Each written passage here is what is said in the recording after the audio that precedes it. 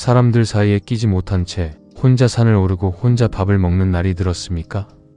예전엔 함께 걷던 발걸음들이 있었는데 어느 순간부터 약속이 줄고 연락이 줄고 문득 돌아보니 내 하루가 조용해졌습니다. 그 조용함이 처음엔 이상했습니다. 마치 내가 무엇을 잃어버린 것처럼 느껴졌지요. 그래서 이런 생각이 스멀스멀 올라옵니다. 내가 어울리지 못하나? 내가 점점 쓸쓸해지나? 사람이 없다는 건 내가 부족하다는 뜻인가? 그런데 여기서 한 번만 멈춰봅시다.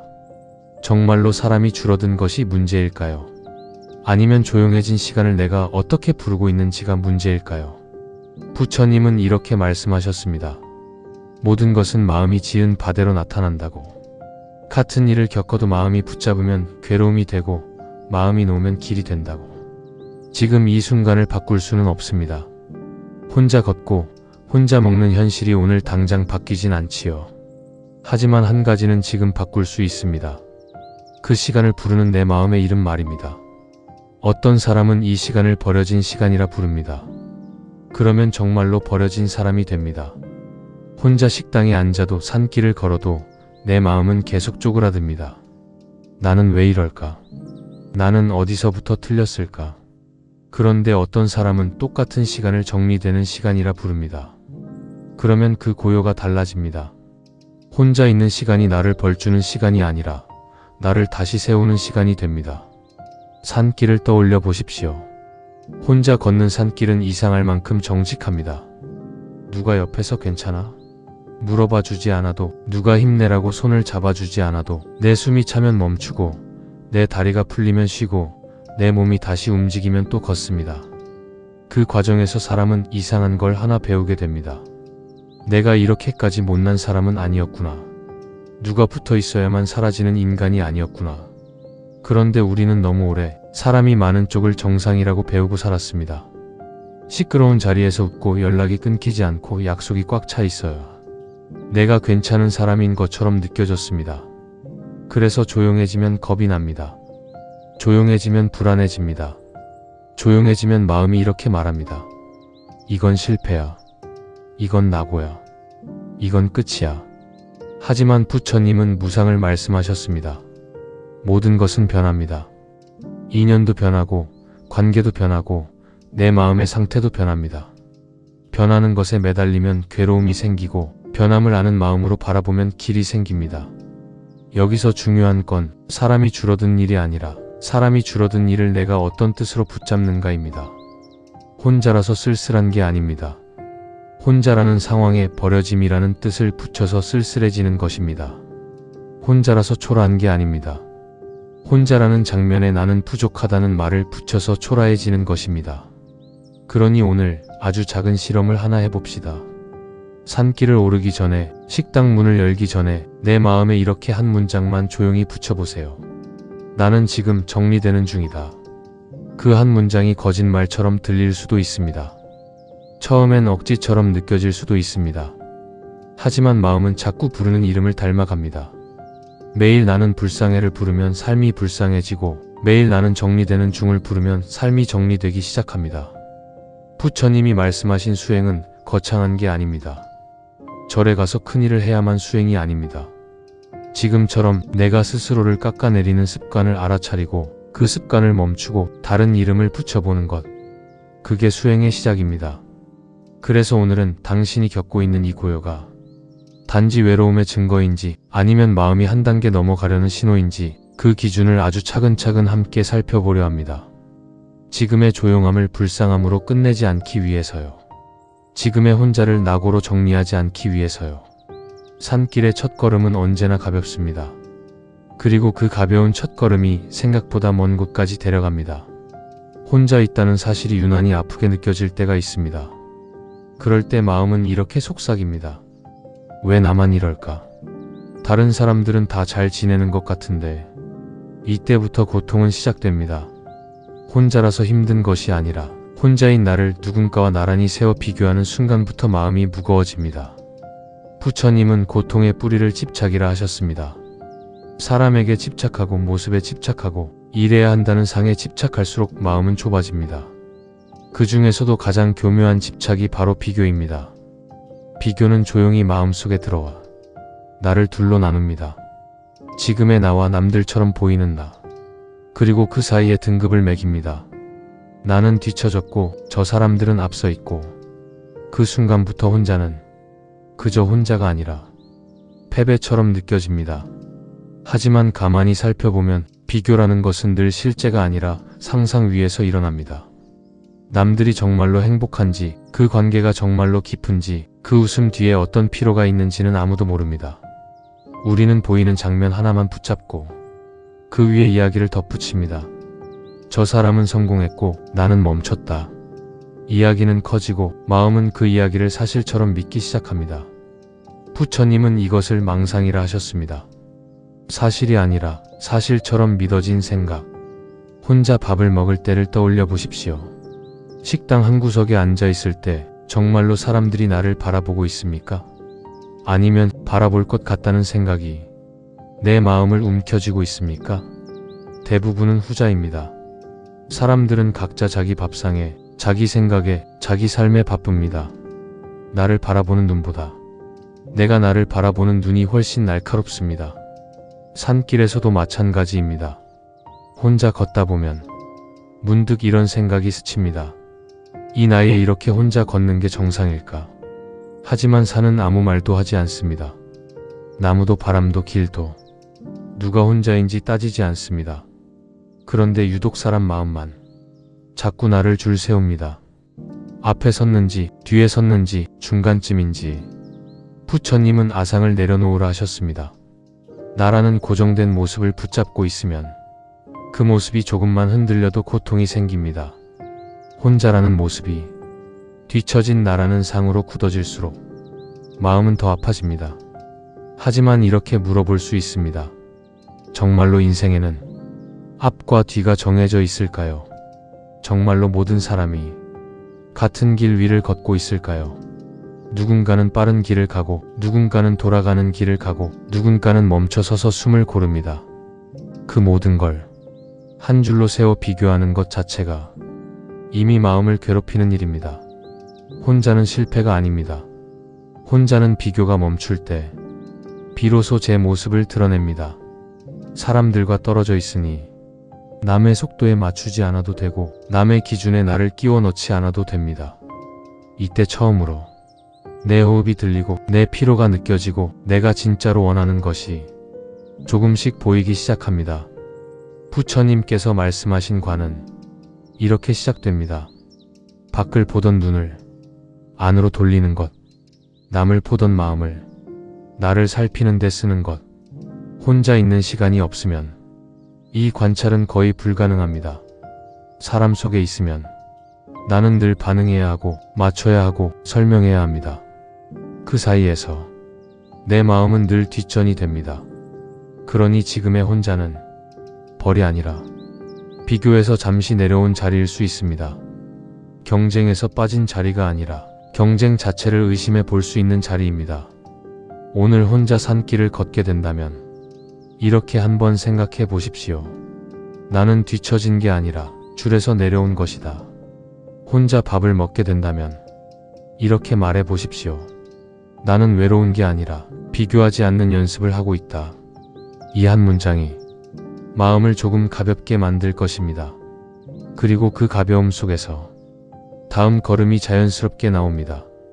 비교가 멈춘 자리에서 사람은 비로소 자기 속도로 걷기 시작합니다. 혼자 걷는 산길에 들어서면 이상하게도 마음이 먼저 말을 걸어옵니다. 조금만 더 가면 쉴까? 아니, 지금 쉬어도 되지 않을까? 누가 옆에 있을 때는 이런 질문을 잘하지 않습니다. 상대의 속도에 맞추느라 뒤처질까봐, 괜히 약해 보일까봐 몸이 보내는 신호를 모른 척 지나치기 일쑤였습니다. 하지만 혼자일 때는 다릅니다. 몸의 숨가쁨이 그대로 들리고 다리의 떨림이 그대로 전해집니다. 그리고 그때 선택해야 합니다. 멈출지 조금 더 갈지.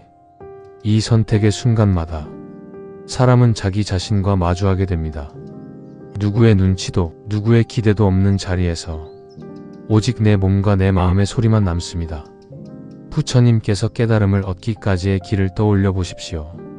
처음에는 극단적인 고행을 하셨습니다. 몸을 극도로 괴롭히면 답이 나올 것이라 믿었기 때문입니다. 하지만 그 길은 끝내 답을 주지 않았습니다. 그 다음에는 반대의 길을 보셨습니다. 욕망을 채우는 길도 몸을 버리는 길도 모두 옳지 않다는 사실을 그래서 찾으신 것이 중도였습니다. 너무 빠르지도 너무 느리지도 않은 길, 억지로 밀어붙이지도 쉽게 포기하지도 않는 길, 혼자 걷는 산길은 이 중도를 몸으로 배우게 합니다. 누군가와 함께라면 괜히 더 빨리 걷게 되고 괜히 더 참게 됩니다. 하지만 혼자일 때는 내가 무너질 만큼 몰아붙일 이유도 핑계 삼아 주저앉을 이유도 없습니다. 그래서 한 걸음이 이상할 만큼 정확해집니다. 숨이 차면 쉬고 기운이 돌아오면 다시 걷습니다. 이 단순한 리듬이 사실은 삶 전체에 가장 필요한 리듬입니다. 예전에는 인생도 이렇게 살지 않았습니까? 남들보다 늦어질까봐 쉴 줄도 모르고 달리고 조금만 힘들면 모든 걸 내려놓고 싶어지던 시기들, 혼자 걷기 시작하면서 비로소 알게 됩니다. 쉬는 것은 패배가 아니라는 것, 멈춤은 포기가 아니라는 것. 부처님은 말씀하셨습니다. 욕심으로 몰아붙이는 마음도 나태로 빠지는 마음도 모두 바른 길이 아니라고. 중도란 지금 이 순간의 조건을 정확히 보고 그에 맞는 선택을 하는 지혜라고. 산길에서 그 지혜는 아주 단순한 모습으로 나타납니다. 지금은 쉬어야 한다. 지금은 조금 더 갈 수 있다. 이 판단을 남에게 맡기지 않고 스스로 할 수 있다는 것. 이것이 혼자 걷는 시간이 주는 가장 큰 선물입니다. 그리고 이 연습은 산에서 끝나지 않습니다. 인생의 선택 앞에서도 같은 힘으로 이어집니다. 사람을 만날 때, 일을 할 때, 무언가를 결정해야 할 때 예전에는 늘 묻지 않았습니까? 이게 남들 보기에 괜찮을까? 이 나이에 이 선택이 맞을까? 하지만 혼자 걷는 시간이 길어질수록 질문이 바뀝니다. 지금 내 마음은 버틸 수 있는가? 이 선택이 나를 소모시키는가, 살리는가? 이 질문은 아주 조용하지만 강력합니다. 그리고 이 질문을 할 수 있게 되는 순간 사람은 더 이상 남의 속도에 휘둘리지 않습니다. 정상에 오르는 것이 목적이 아닙니다. 오늘 내가 무너지지 않고 다시 내려올 수 있는지가 중요해집니다. 내일 또 걸을 수 있는 힘을 남겨두는 것이 중요해집니다. 부처님께서 깨달음 이후에도 끝까지 몸을 돌보며 살아가신 이유가 여기에 있습니다. 깨달음은 도망치는 것이 아니라 이 몸으로 이 삶을 끝까지 살아내는 힘이기 때문입니다. 혼자 산을 오르며 배우는 중도는 바로 그 힘을 기릅니다. 극단으로 치닫지 않는 마음, 스스로를 학대하지도 방치하지도 않는 태도. 이 태도를 가진 사람은 쉽게 무너지지 않습니다. 잠깐 쉬어도 자기 자신을 비난하지 않습니다. 조금 늦어져도 인생이 끝났다고 생각하지 않습니다. 그저 이렇게 말할 수 있습니다. 지금은 이 속도가 맞다. 이 말 한마디가 얼마나 큰 자유인지 혼자 걸어본 사람은 압니다. 그러니 오늘도 산길에서 숨이 차오를 때 혹은 인생에서 조금 멈춰 서고 싶어질 때 서두르지 마십시오. 부처님이 가르치신 길은 언제나 가운데 있었습니다. 그리고 그 가운데 길은 늘 혼자서 확인해야 했습니다. 지금 당신이 혼자 걷고 있다면 그것은 외로움의 증거가 아니라 중도를 배울 준비가 되었다는 신호일지도 모릅니다. 아직 정상은 멀어 보일지 모릅니다. 하지만 중요한 것은 정상에 얼마나 빨리 가느냐가 아니라 이 길을 끝까지 걸을 수 있느냐입니다. 그리고 그 힘은 지금 이 고요한 걸음 속에서 조용히 자라고 있습니다. 혼자 밥을 먹는 자리에 앉으면 예전과는 다른 침묵이 흐릅니다. 대화가 없고 웃음도 없고 괜히 젓가락 소리만 또렷하게 들립니다. 처음엔 이 침묵이 불편합니다. 사람들과 함께 먹을 때는 말을 핑계로 밥을 급하게 넘기곤 했습니다. 무엇을 먹는지도 모른 채 대화를 따라가느라 입은 움직이고 마음은 늘 바빴습니다.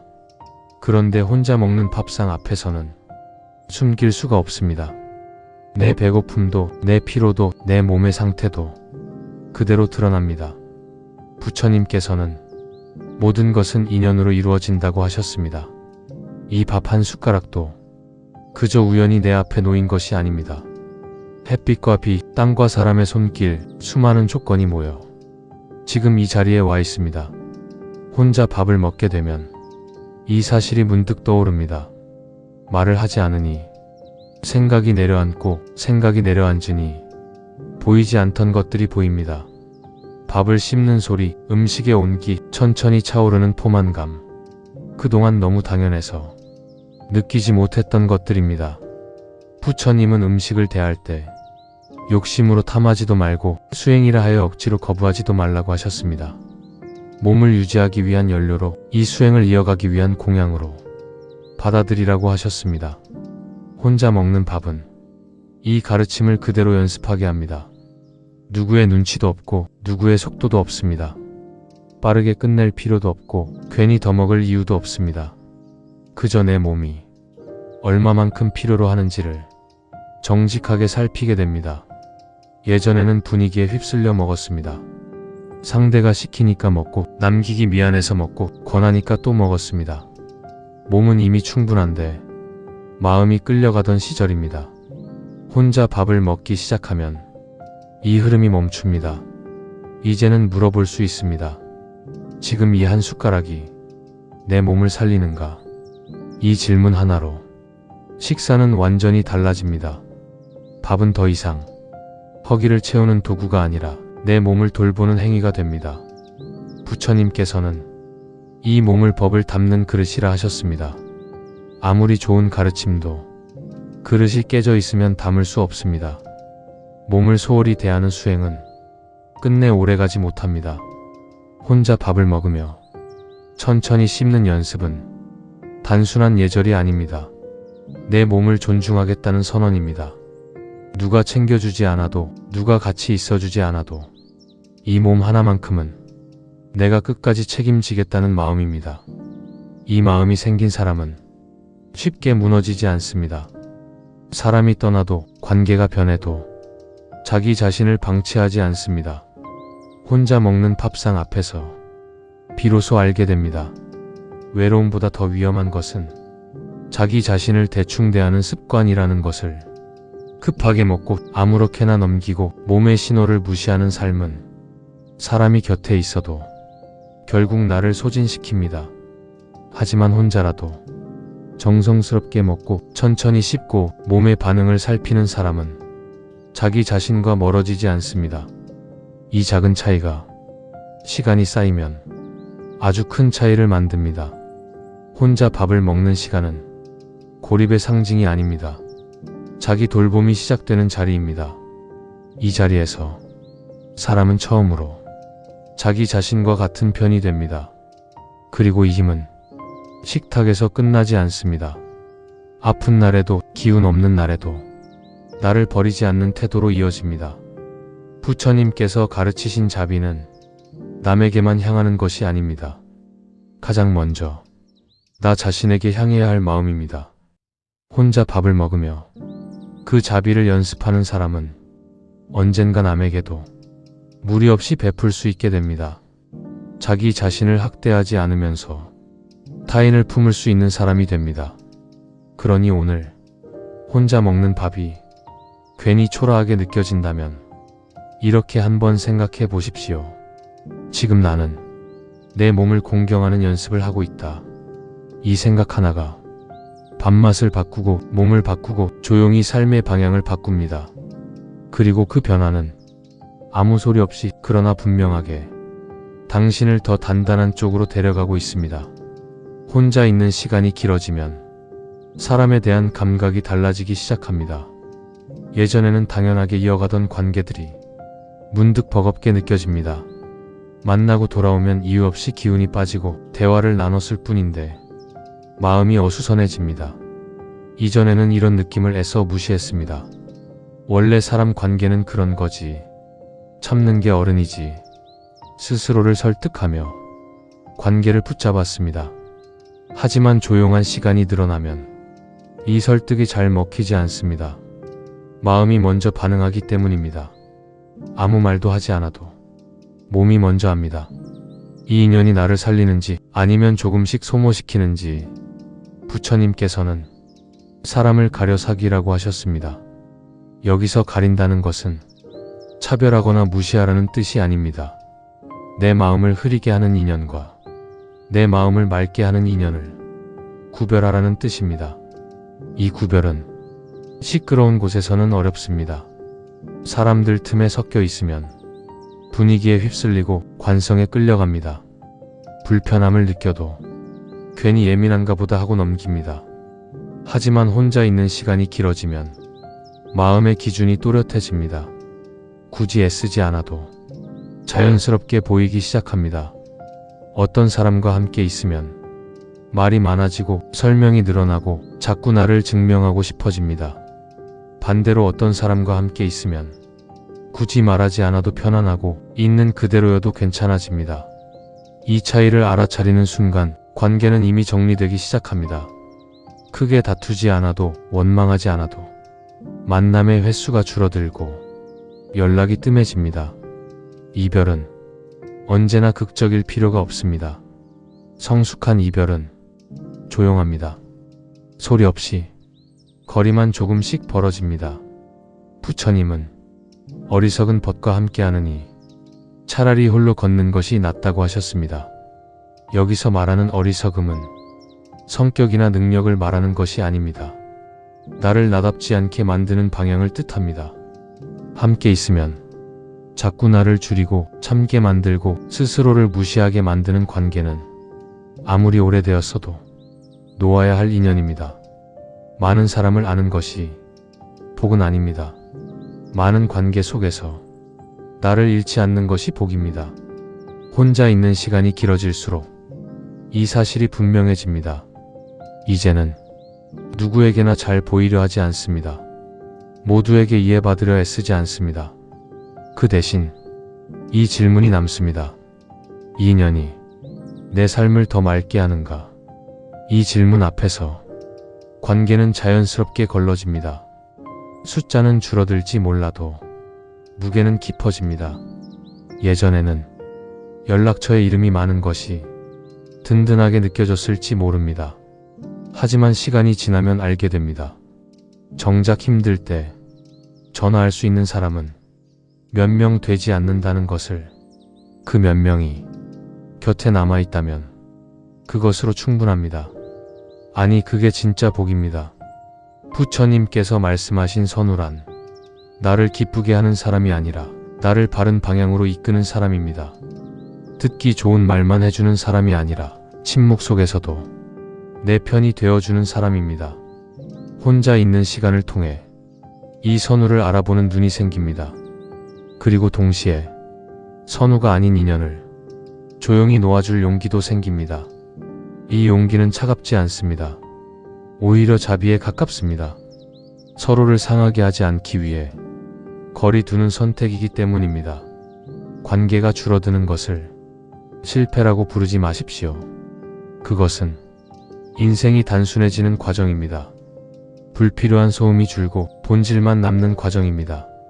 혼자 있는 시간이 주는 가장 큰 선물은 사람을 보는 눈입니다. 이 눈을 가진 사람은 다시 관계 속으로 들어가도 쉽게 휘둘리지 않습니다. 이제는 사람을 잃을까봐 나를 잃지 않습니다. 사람을 붙잡기 위해 자기 자신을 희생하지 않습니다.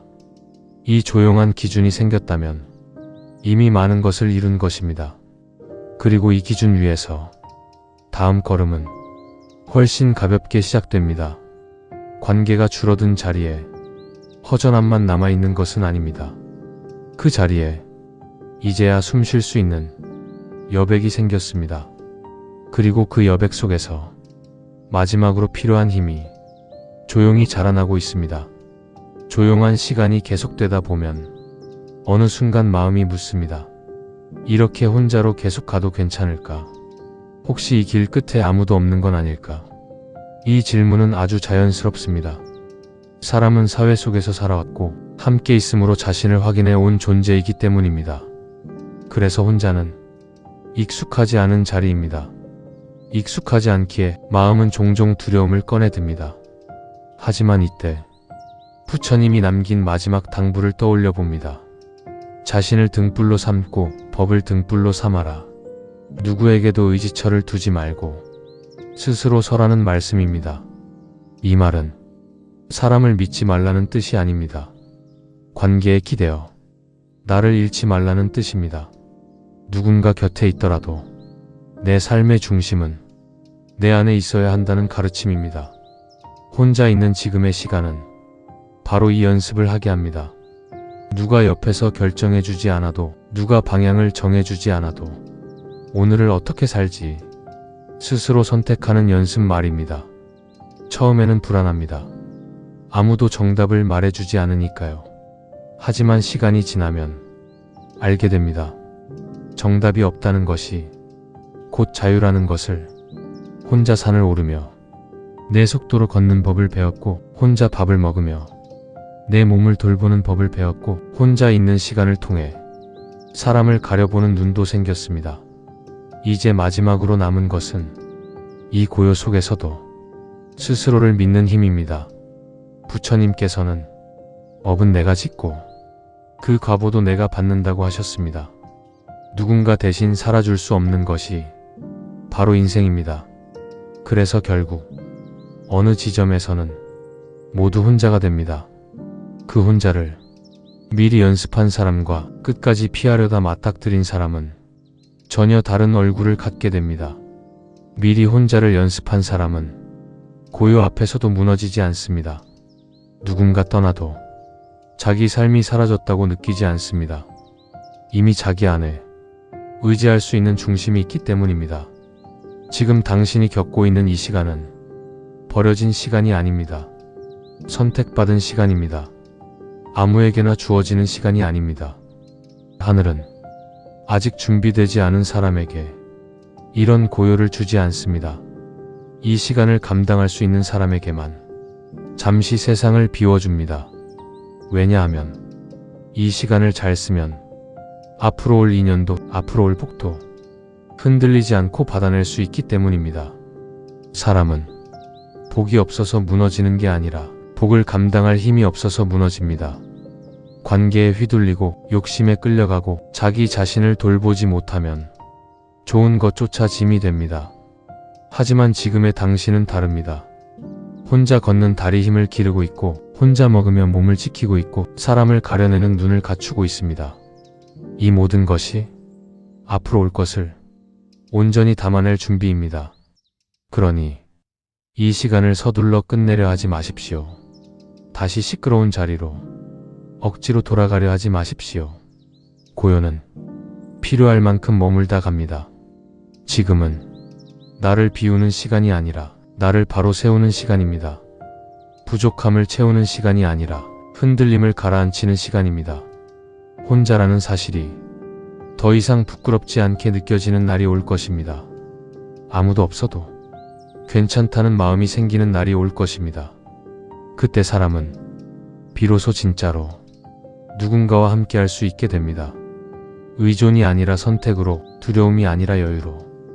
부처님께서 말씀하신 자유는 홀로 서는 데서 시작됩니다. 그리고 그 자유를 아는 사람만이 관계 속에서도 자기 자신을 잃지 않습니다. 오늘도 산길을 혼자 걷고 밥을 혼자 먹고 집으로 돌아와 조용히 하루를 마무리한다면 이렇게 한 번만 마음속으로 말해 보십시오. 나는 지금 내 인생의 중심으로 돌아오고 있다. 이 문장을 오늘 하루의 끝에 가만히 올려두십시오. 그러면 이 고요가 외로움이 아니라 힘이 되어 당신 안에 남기 시작할 것입니다. 이 길은 끝이 아니라 시작입니다. 그리고 이 시작은 아무 소리 없이, 그러나 가장 단단하게 당신의 삶을 바꾸고 있습니다. 조용히 여기까지 함께 걸어와 주셔서 감사합니다. 혼자 걷는 산길처럼, 말없는 밥상처럼 오늘 이야기도 큰 소리 없이 흘러왔습니다. 혹시 이야기 속에서 지금의 내 모습이 겹쳐 보였다면 그것만으로도 이미 마음이 한 번은 스스로를 바라본 것입니다. 그 자체가 수행이고 그 자체가 시작입니다. 조금은 느리게, 조금은 조용하게 우리 삶을 비추는 이야기를 계속 전해드리겠습니다. 이런 이야기가 당신의 하루에 잠깐 숨고를 자리가 되어 주었다면 구독과 좋아요로 이 조용한 인연을 함께 해주시면 좋겠습니다. 오늘도 고요 속에서 스스로를 등불로 삼아 잘 걸어가시길 바랍니다. 들어주셔서 고맙습니다.